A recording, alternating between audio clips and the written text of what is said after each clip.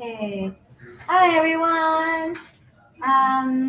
Do you receive my email about the seminar tomorrow? Let me see. It's right here. And this is the flyer. Okay, it's Tower Engineering and Computing Seminar.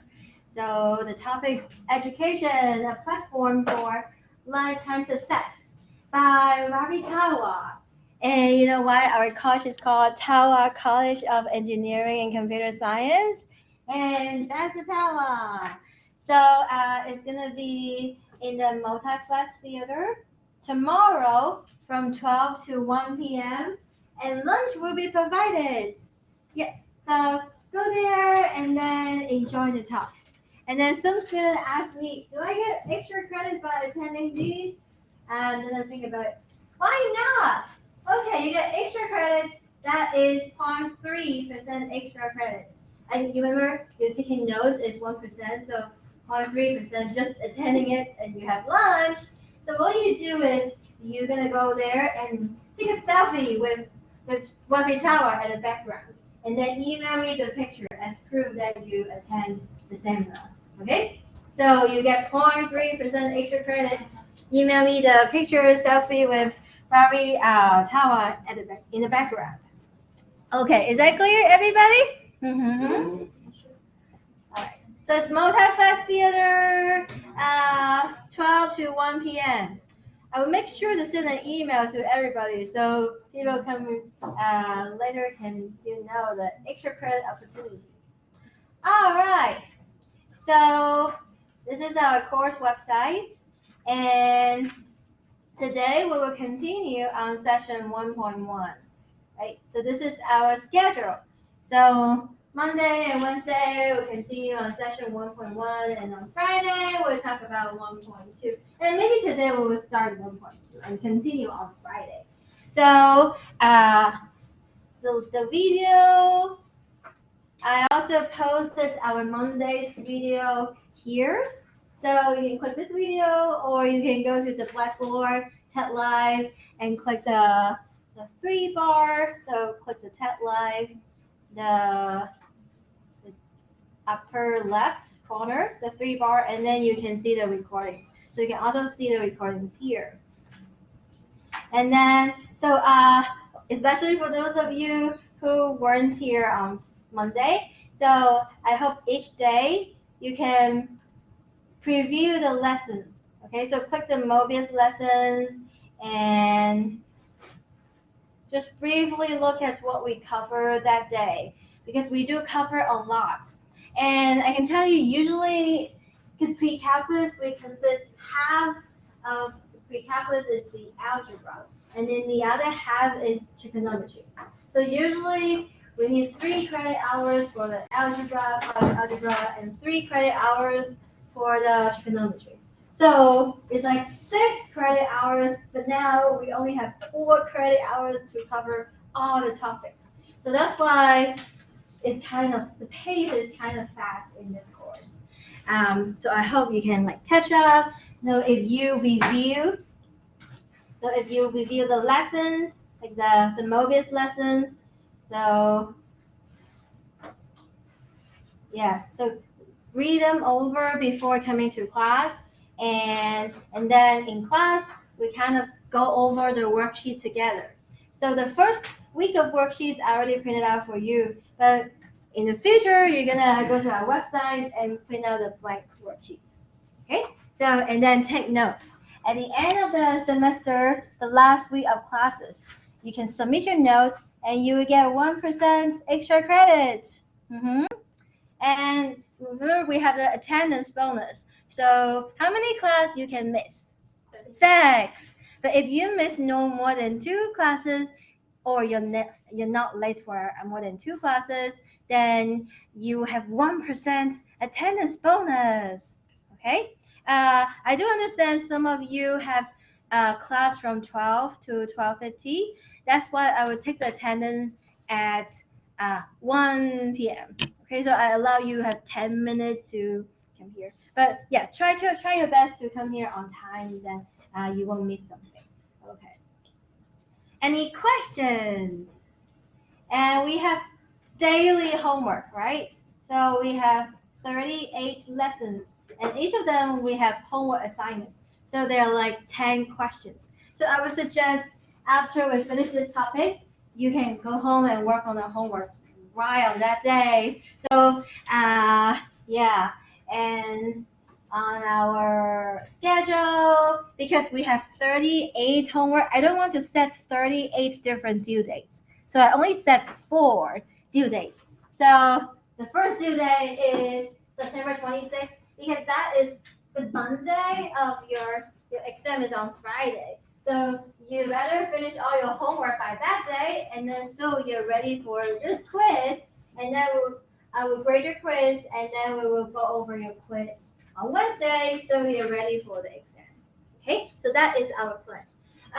The Mobius homework, a lot of them are multiple choice questions, or you just fill in the blank, the final answers. So I cannot quite see your solution process. So that is why the quiz, you're gonna show all your work. Okay, you have partial credits for the quiz because if you make some little mistake, but if your the other stuff are correct, then you can get most of the points. So the quiz, I will grade it, and then I will give you partial credits. But the Mobius homework, the system will grade it, and then it's either right or wrong. Okay? But remember, you have unlimited attempts. So if you have a mistake, you can redo the homework. The system will generate a different number for it. Okay? But it's a similar type of problem. And then you can redo it until you get a perfect score on your homework. And I know 38 is like a lot, but each homework is only 10 questions, and some of them are multiple choice questions. So I hope it won't take you that much long time. And I also dropped the 6 lowest scores. Okay, yeah. Any questions about the homework? No? All right. Okay, so let's continue. So last time we were in example 6, right? We have this graph, and then part A, you take turns to answer my questions, right? And then now let's look at part B. Find the values of x such that f of x equals 1. Well, this is the xy plane, and this is the graph of the function. Well, part A, we are given the x, and we want to find the y value, right? Remember, f of -4. So we're talking about the x value. This is the x-axis. The x is -4, and then look at the y. The y is 6. Yeah? We know the x, and we want to find the y value. Part B is like the opposite. We want to find the x such that f of x, which is the y value, the output, equals 1. Well then, in this case, you look at the y value equals 1 right here, and then you kind of draw a horizontal line here, right? Y is 1. And then, what are the x? Well, at this point, so x is -3 and 1 and 9. Yeah. So we got x equals -3, 1, or 9. So those are the x values. Okay, by the way, here, you see this is a solid. Oh, that's the 10-minute alarm. Okay, so now please put your initials as attendance, your initials. Okay. Right. Awesome. So what if we have a circle here and a solid dot here? So if we have an open circle here, then that means that point is missing, right? Then we won't say 9. Okay. So it really matters whether that point is a solid circle or is an open circle. So any questions about part B? All good? Okay. All right, let's continue. By the way, if you missed some of the notes, don't forget that on our website, we have the notes with answers, okay?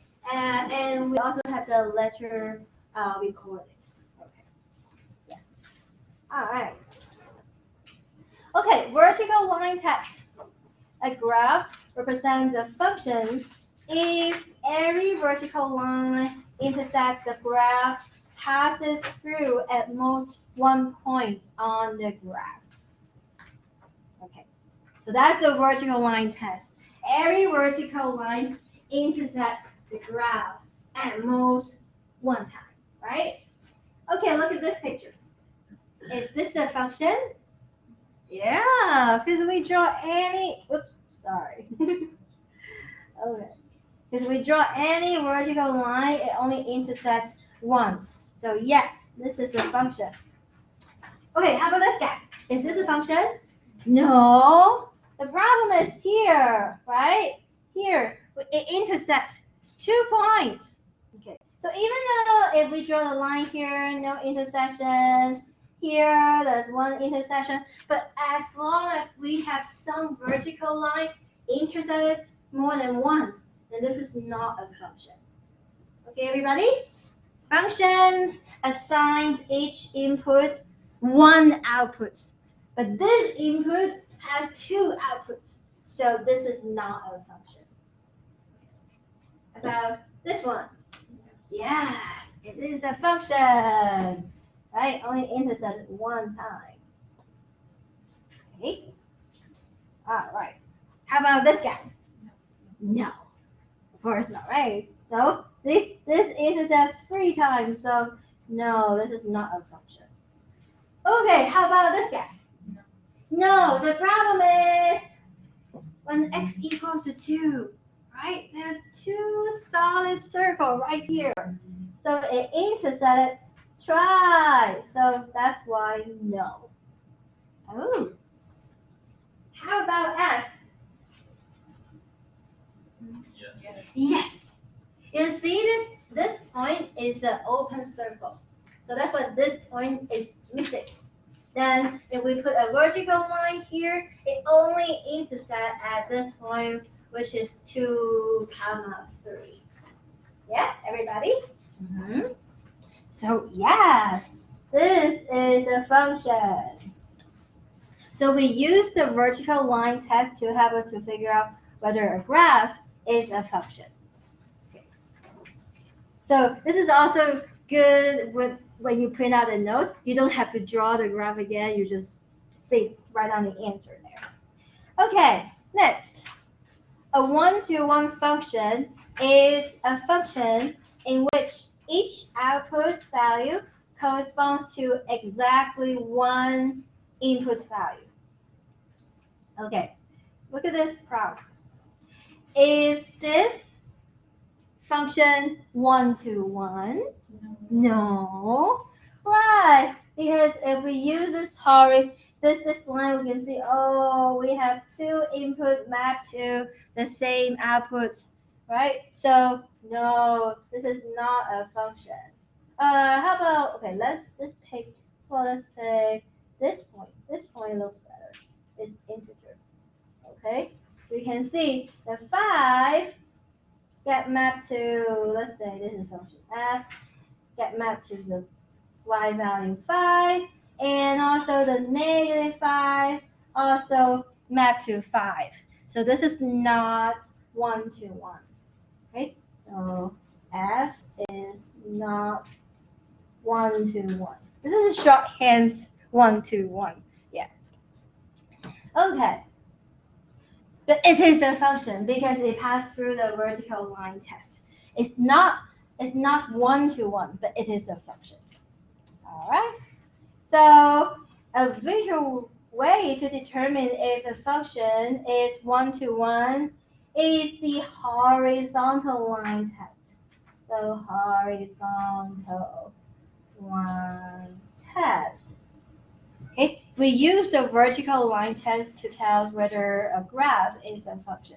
And then we use horizontal line test to tell whether the function is one-to-one. Okay?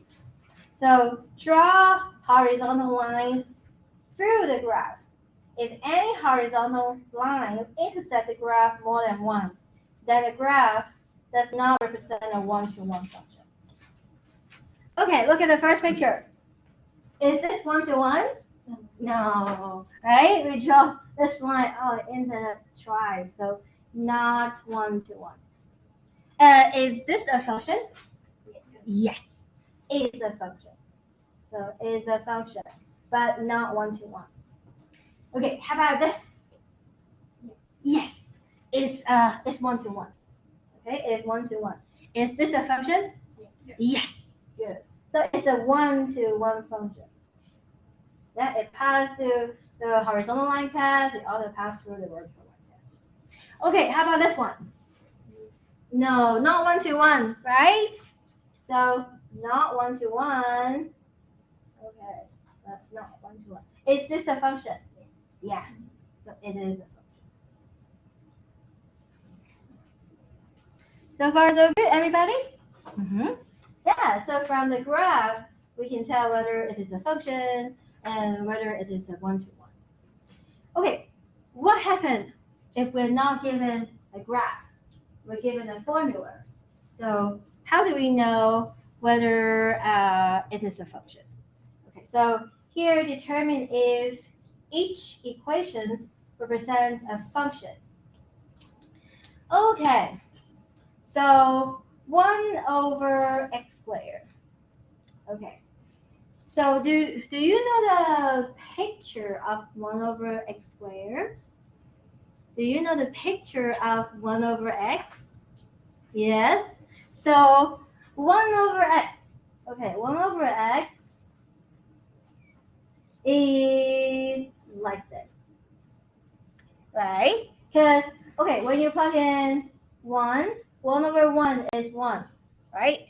When you plug in 2, 1 over 2 is half, right? And that's why this side looks like this. Can we plug in 0? Do we have 1 over 0? No. So that's why we have a vertical asymptote here. And then when we plug in minus 1, 1 over minus 1 is minus 1, right? When we plug in negative 2, 1 over negative 2 is minus 1/2. That's why we have this picture. And then 1 over x squared. Well, 1 over x squared. Okay. So can we plug in 0? No. But we can plug in 1. 1 over 1 is 1, right? When we plug in 2, what happens? 1 over 2 squared is 1 over 4. Oh, see 1 over 4 right here. So actually, on this side, it looks like this, right? But on the other side, if you plug in minus 1, 1 over minus 1 parentheses square, it becomes 1. Yes, very good. It becomes 1. How about when we plug in? When we plug in negative 2, we get 1. So negative 2 parentheses square becomes 1 over 4, right? So that's why 1 over 4 right here. So this is the picture. Yeah. So 1 over, yeah, we will learn later about odd function and even function. Have you heard odd function and even function before? If yes, then this is the odd function and this is the even function. If you haven't heard that before, it's okay. We will learn it. Okay? So we will learn this later. Okay, so this is the picture. Now we can see, is this a function? Yes, it is a function. Because for each input, we have an output, right? So this guy is a function. But is this a one-to-one function? No, this is not one-to-one. Because if you pick, oops, what happened? You pick this horizontal line, it intersects twice. So this is not one-to-one. Okay, and then next one. How about part B? X equals y squared. Is if you want to draw the graph, you can plug in some points and then connect the points together. Okay, so for example here. Okay, so if you see x is in terms of y, so actually you can think of this as like x is like a function of y. So let's see. If we plug in y is 0, what is the x? 0. So it passed through 0, 0. Okay? And then if we plug in y equals 1, what is x? 1. So x is 1, y is 1. So we have 1 and 1, this point. Okay. If we plug in y is 2, what is x? If we plug in y is 2, then x is 2 squared, 4. Right? So we're plotting in points. So if you want to like draw some table, you can do that. So when we plug in 0, x is y squared, that's 0. We plug in 1, that's 1. We plug in 2, well then 2 squared is 4. Right? So so y is 2, y is 2. And then the x is 4. Right, everybody? Mm-hmm. And then, okay, you think about the y. So what if we pick y to be negative number? If we pick the y to be -1, what do we get? -1 squared is 1. Our y is -1 and our x is 1. So that's why x is 1, y is -1. We get this point. And then when we plug in y equals -2, what do we get? We get 4. -2 squared is also 4. Right, everybody? Mm-hmm. So we have -2 and 4. Okay, now we connect them together. So this is the graph of x equals y squared. Is this a function? No. Okay, so not a function.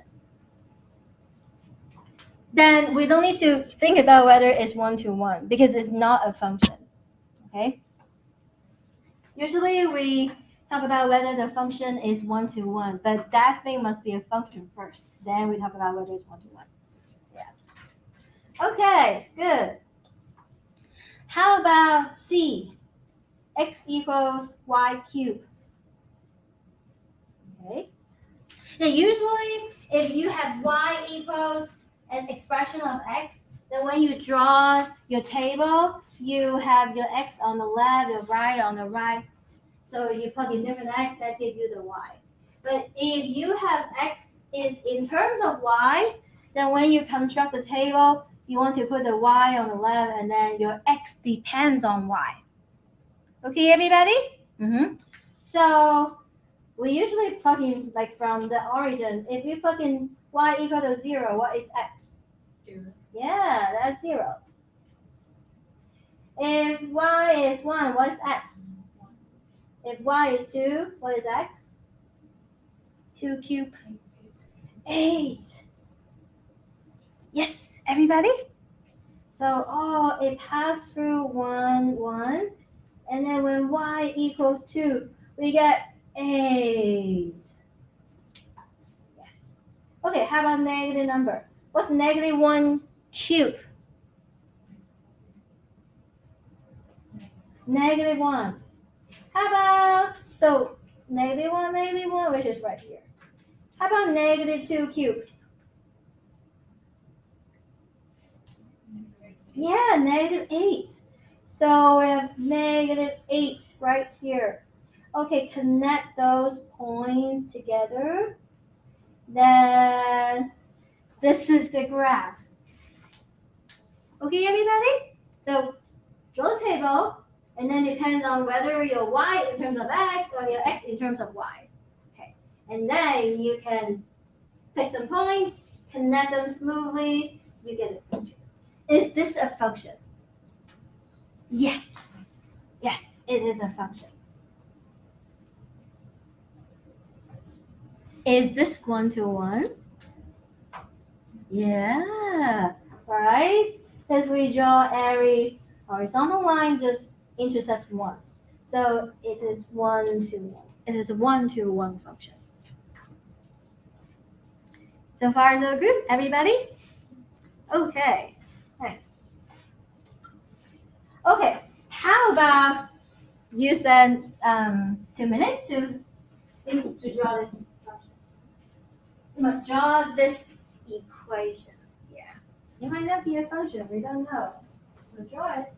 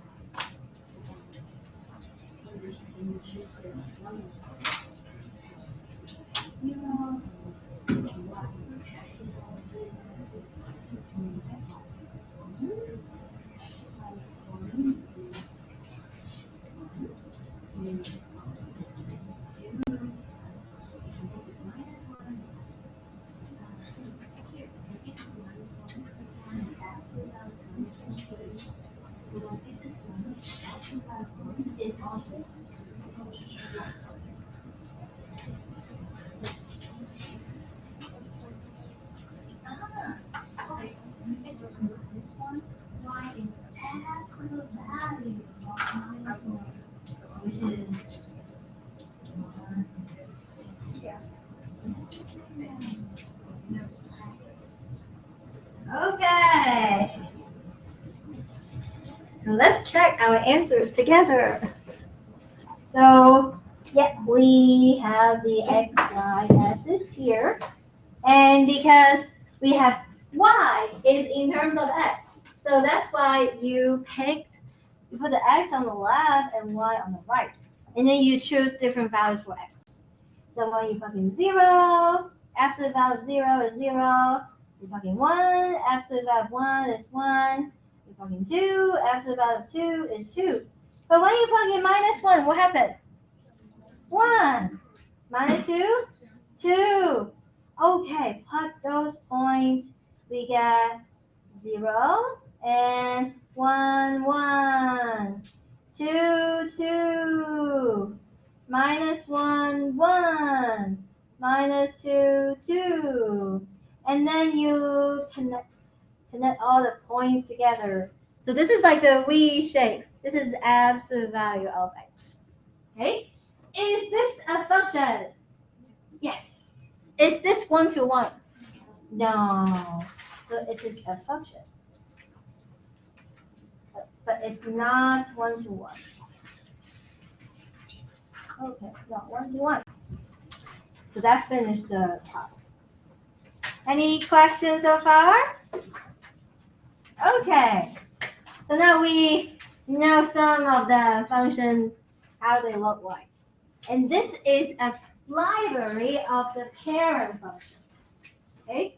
So all these functions, try to memorize them. If you don't remember them, it's okay. You can always plot points and then connect them together. Okay? For example, here, identity function x. So x means y is x, right? So that's why 0, 0, 1, 1, 2, 2, and did you learn about linear function before? We know linear function are lines. So x is a linear function with slope. What's the slope? 1. With y-intercept 0, right? That's why we know it's a line passing through the origin. So it looks like this. And then the square, x squared, squaring function. We can put some points, right? X and y. X is 0, so 0 squared is 0. 1 squared is 1. 2 squared, 4. Minus 1 squared, 1. Minus 2 squared, 4. That's why it passed through 0, 0, 1, 1, 2, 4. Minus 1, 1, minus 2, 4. And then you connect all the points together, you get, this is the parabola. Okay, like a U shape. And then for the cubic function, so we also draw the table, x and y. We pay, what's zero's cube? 0, right? 1 cube, 1. 2 cube, 8. Negative 1 cube, negative 1. Negative 2 cube, negative 8. That's why it passed through 0, 0, 1, 1, 2, 8. Minus 1, 1, minus 2, negative 8. So you connect them, you get this cubic function. So if you do not remember the shape of the function, it's okay. You can always plot the points, create this table, plot the points, and then connect the points smoothly. And then you get a graph of these functions. And how about square roots? Okay, so square roots also construct a table, x and y, and then you plug in 0, square root of 0 is 0. You plug in 1, square root of 1 is 1. Okay, so when we plot points, we try to plot integer points. You like integer points. You don't like irrational numbers, right? And that's why, what's the next x values you want to take so you can get integer points? 4, right? It's because square root of 2 is not integer. Square root of 3, not integer. The square root of 4 is an integer. So you plug in x is 4. Square root of 4 is 2.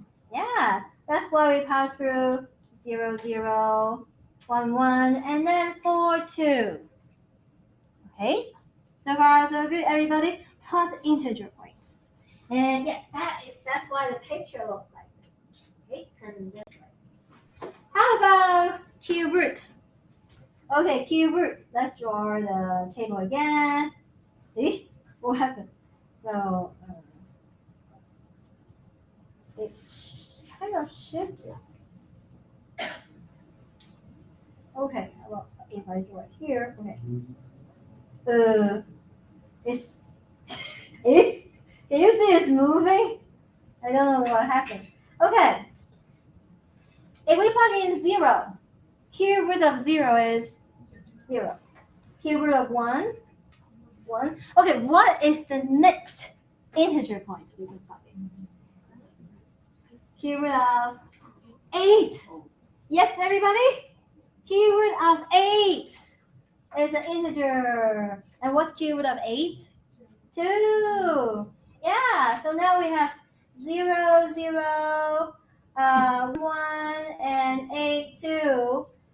And also, do you realize for square roots, the things inside the square roots must be greater or equal to 0. That's why we didn't choose any negative number. But what happened to cube roots? The things inside the cube roots can be negative, right? So we also need to pick some negative numbers. What's cube root of negative 1? Negative 1. And what is the next number you choose that give us integer? Yes, negative 8. Then we get negative 2. Good. So we have negative 1, negative 8, and 2. And then connect them smoothly, you get this picture. Right? And for those of you who have heard inverse function before, the cube, x cube, and the cube roots, they are inverse function. So that's why the graph are symmetric with respect to the line y equals x. But if you haven't heard of inverse function, it's okay. We will talk about that in session 1.7. Okay. All right. And then absolute value function. Oh, we just plot the absolute value function, right? So it's a V shape. Okay. And the absolute value function is always greater or equal to 0. Right? Absolute value is always greater or equal to 0. That's why this graph is above the x-axis. And it touches the x-axis at the 0. Yes, everybody? Okay, and then reciprocal function. We also talk about this, right? And so the reciprocal function looks like this. And we also draw this, remember? So this is 1 over x squared. Because 1 is positive, x squared, positive. Because it's in the denominator, it cannot be 0. That's why this guy, this function, is always positive. That's why the graph is above the x-axis, right? Okay, and then here we have the greatest integer. So it's like a stair shape, okay? So for example, if x is between 0 and 1, and then this is the greatest integer that's smaller than the x, smaller or equal than x. That's why you get the y value is 0. If x is between 1 and 2, then this is the greatest integer that is less than or equal to x. That's why the greatest integer smaller or equal to 1 and 2, that's the 1. That's the y is 1. So this is like a scalar function. So far, so good, everybody? Okay, so these are the library functions. So we use them a lot. Okay, and that is section 1.1. Any questions about 1.1? Okay, so tonight you're ready to do the 1.1 homework. Okay, you have 10 questions. I think a lot of them ask you whether this is a function or not. Then yeah. Okay, 1.2, domain and range. Remember what is domain? Domain is the set of inputs. Yes, x. So the set of inputs. X, I call the domain of the function. The set of outputs. Right. Y is called a range of the function. Okay. Good. See? So What happened to my notes? Okay. Let me save it first. Okay, so set builder notation and interval notation. Set builder notation is a method of specifying a set of elements that satisfy a certain condition. It takes the form of, so this is a brace, okay? It means a set, okay? So this is the set of x such that, so this vertical line, it means such that, okay? So this vertical line means such that. And then we'll be given about a statement about x, which is read as the set of all x such that the statement about x is true. For example, the set of x such that x is bounded between 4 and 12, but it cannot be 4, it might be 12. Okay, so we exclude the endpoints of 4, but we include the endpoints of 12. And then interval notation is a way to describing sets that include all the real numbers between a lower limit that may or may not be included and the upper limits that may or may not be included. The endpoints values are listed between brackets or parentheses. A square bracket indicates that inclusion in the set, so we include the endpoints. And parentheses means we exclude the endpoints from the sets. For example, here, so they're the same thing, right? They represent the same thing. Here we exclude the endpoint 4, but we include the endpoint 12, okay? And that's why here, these are all the notation of interval. Have you seen this before? You know about interval, right? So, yeah, okay, good. And we don't need to mention that. All right, example 1. Use the graph of each function to find its domain and range. Okay, so domain, remember there are inputs, x values, the range is the outputs, y values. Okay, so domain, we're talking about what are the possible x values. Okay, now let's imagine we have a sun. Sunny day, we have a sun.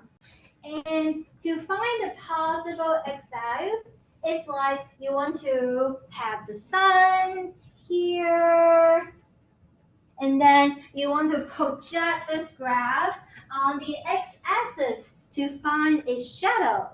Can you imagine? Okay, the sun is right here. Do you see this point? When you project on the x-axis, this point becomes here, right? So the possible x value is 4, because this is a solid circle, so this is a solid circle, right? And then your shadow, and then here, see this point you project to the x-axis, but do you see this is the open circle? Yes, you see this is an open circle, so that means this point is missing, so you also need to put an open circle here. Okay, so imagine the sun.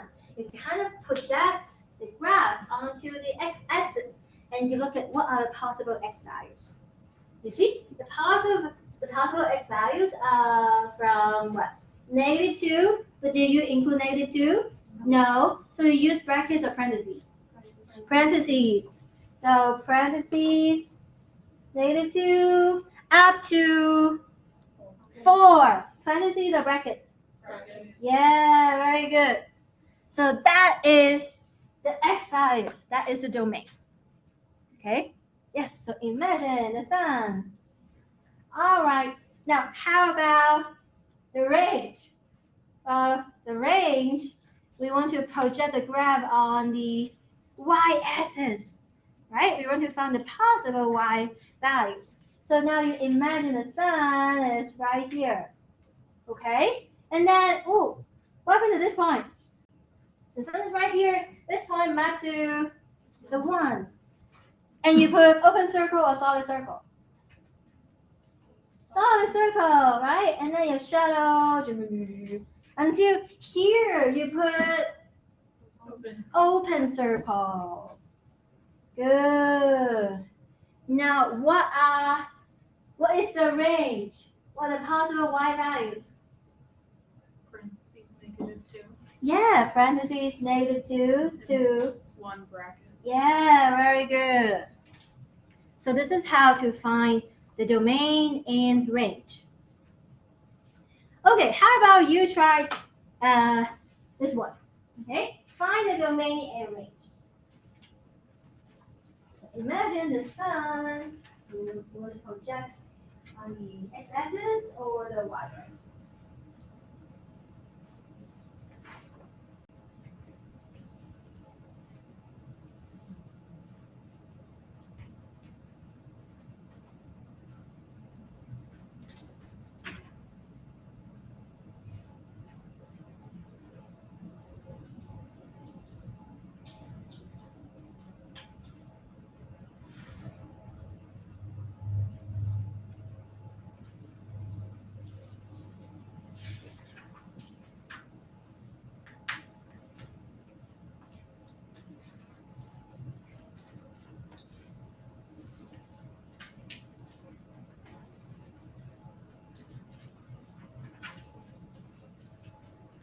Okay, good. So what do you get for your domain?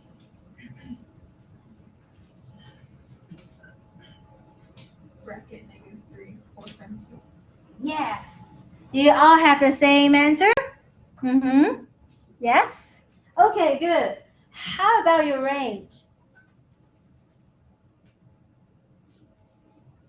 Anyone? Your range, yes? Okay, let's see. Okay, to find the range, it's like our sun is right here, yeah? And then, okay, you have this point map here, right? So it's like this, and then we continue. Look at this piece, it gets squished here, right? And then you have this point right there. But you still have these pieces. So when you project these pieces down, oh, do you see this pieces project down on here? So actually your shadow is from -1 to 2. So even though this is an open circle, but this side can cover it. So that's why your range is from -1 bracket to 2 brackets. Yes. Okay, so -1 bracket to 2 brackets. Yes. So really imagine the shadow. What's your shadow? Okay, this shadow right here, but this shadow, oh, it covers that. So the total shadow is from here to here. So far, so good, everybody? Mm-hmm. Awesome. Okay, how about this one? Okay. How about I ask you to take turns to answer my questions? Okay. I remember last time, what was our line from last time? Do you remember? Who? Okay, how about we start from this side? Hi, what's your name? Kate. What is the domain? So the x-axis. What's the domain? Bracket 4. So look at this one. When you put 2 in the bracket 4. Oh, do you see an arrow? So that arrow means it goes to infinity. Yes. Right. So we have bracket -2, and then it goes to infinity. So arrow, when you see an arrow, that means goes to infinity. Okay, everybody? Mm-hmm. All right. So how about range? Hi, what's your name? Adriana. Adriana. What is the range? Bracket 1 to infinity. Yes, very good. So we have bracket 1 to infinity. Right, everybody? Yes. Okay, good. All right. Example 2. Okay. Find the domain of each of the following functions. Okay. So here we're not given the graph, we're given the formula of the function. And then we want to find the domain.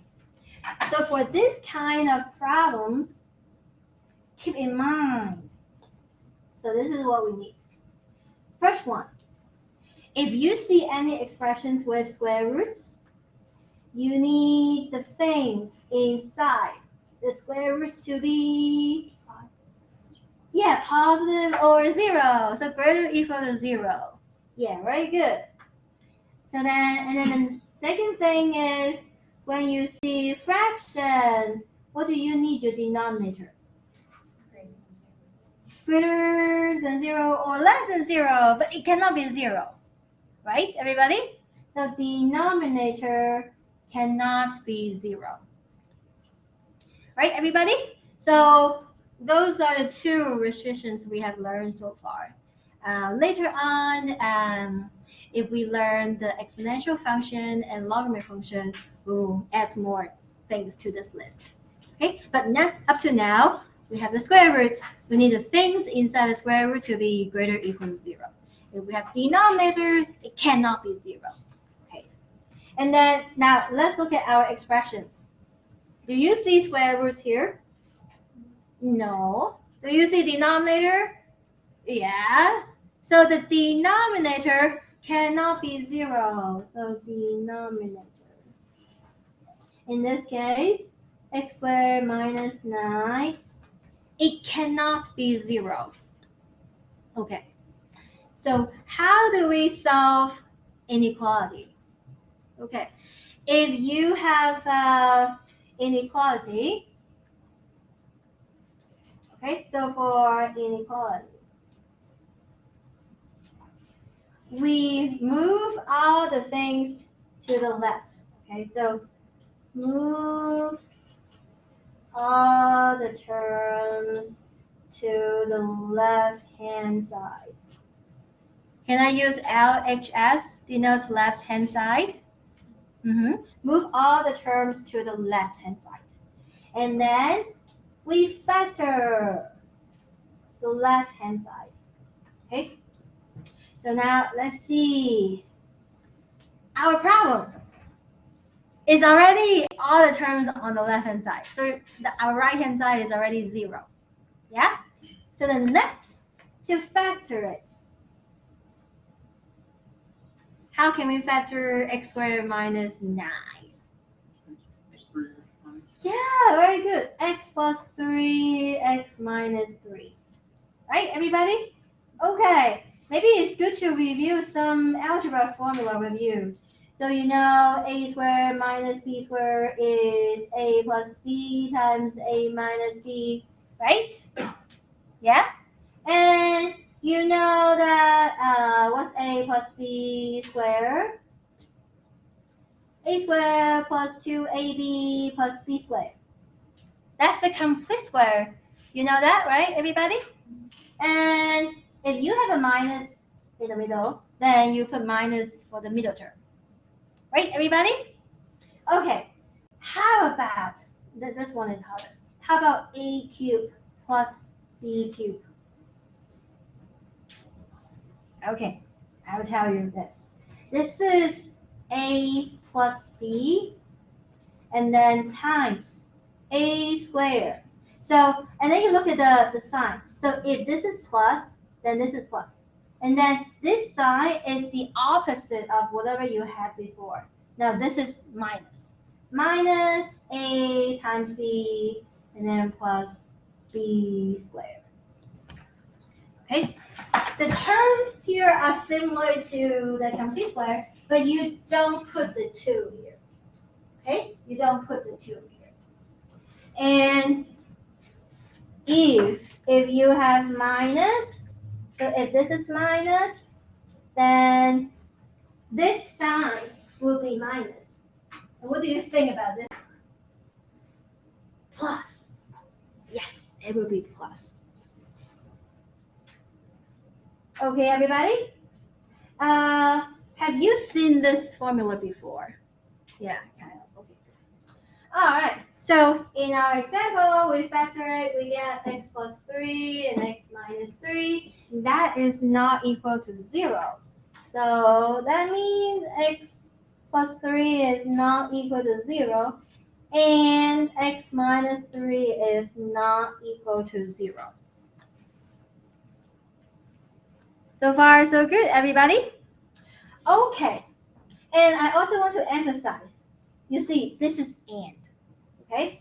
If you have, okay, let me use it. How about I use paint color? If you have a times b equal to 0, this is the same as saying a is 0 or b is 0.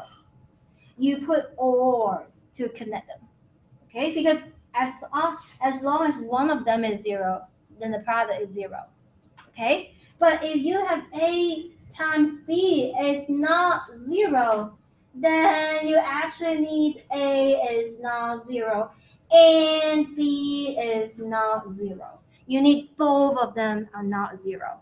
Because if any of one is 0, then the product will be 0. So you need both of them are not 0. That's why we put the and here. Okay, everybody? Mm-hmm. Good. So let's continue. We start for x. So we subtract 3 on both sides. We get x not equal to -3. Here, we add 3 on both sides. We get x not equal to 3. So far, so good? Mm-hmm. And then if we want to use interval notation, we draw the real number line, and we take out the -3 and the 3. So that's why we get the interval is -infinity to -3. Because we take out the 3, we use parentheses.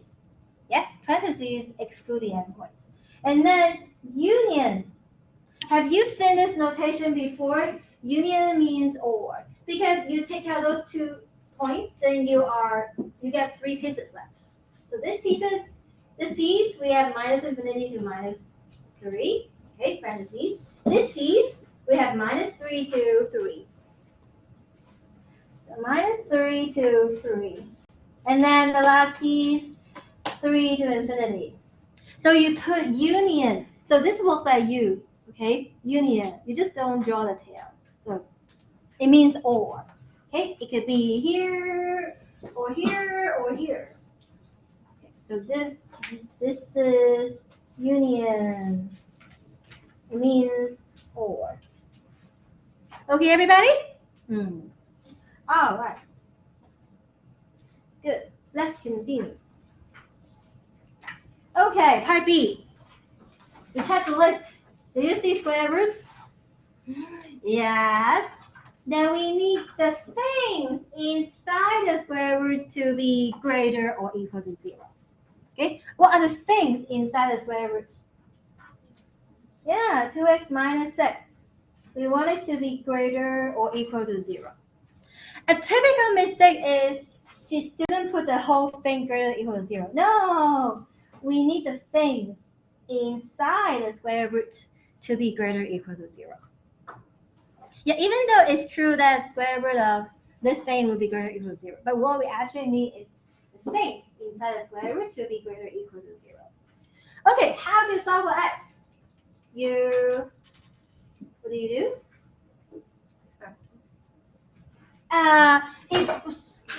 Sorry. If you see this is a linear function, then you can solve for x. Okay? Because if you see like degree 2 or degree 3 polynomial, you can factor it as a product of linear function. But this guy is already a linear function. Then you can solve for x. So how do we get rid of the -6? Sx on both sides. Then we have x greater or equal to 6. By the way, remember inequality? You can add or subtract any numbers, right? It won't change the inequality. Or you can multiply or divide it by a positive number. It won't change the inequality. What happens if you multiply or divide by a negative number? Yeah, it would flip it. It would change it, right? So be careful. Okay, what do we do next? Divided by 2. Will that change our inequality? No. So we have x greater or equal to 3. Good. Then we draw it, right? 3 is right here. Greater or equal. See, it can be equal. So that's why you put a open circle or solid circle. Solid circle at the point 3. Greater or equal. So it's to the left or to the right? To the right. Very good. Greater or equal. Equal at 3. Solid circle. Greater on the right. So right more positive. Left more negative. Okay, and then interval notation. 3 parentheses or brackets. And then comma, infinity parentheses. Yes, so that is the interval notation. So far, so good, everybody? Okay, good. All right, how about part C? Wow, do you see a square root? Yes. Do you see denominator? Yes. So actually, it's a combined version.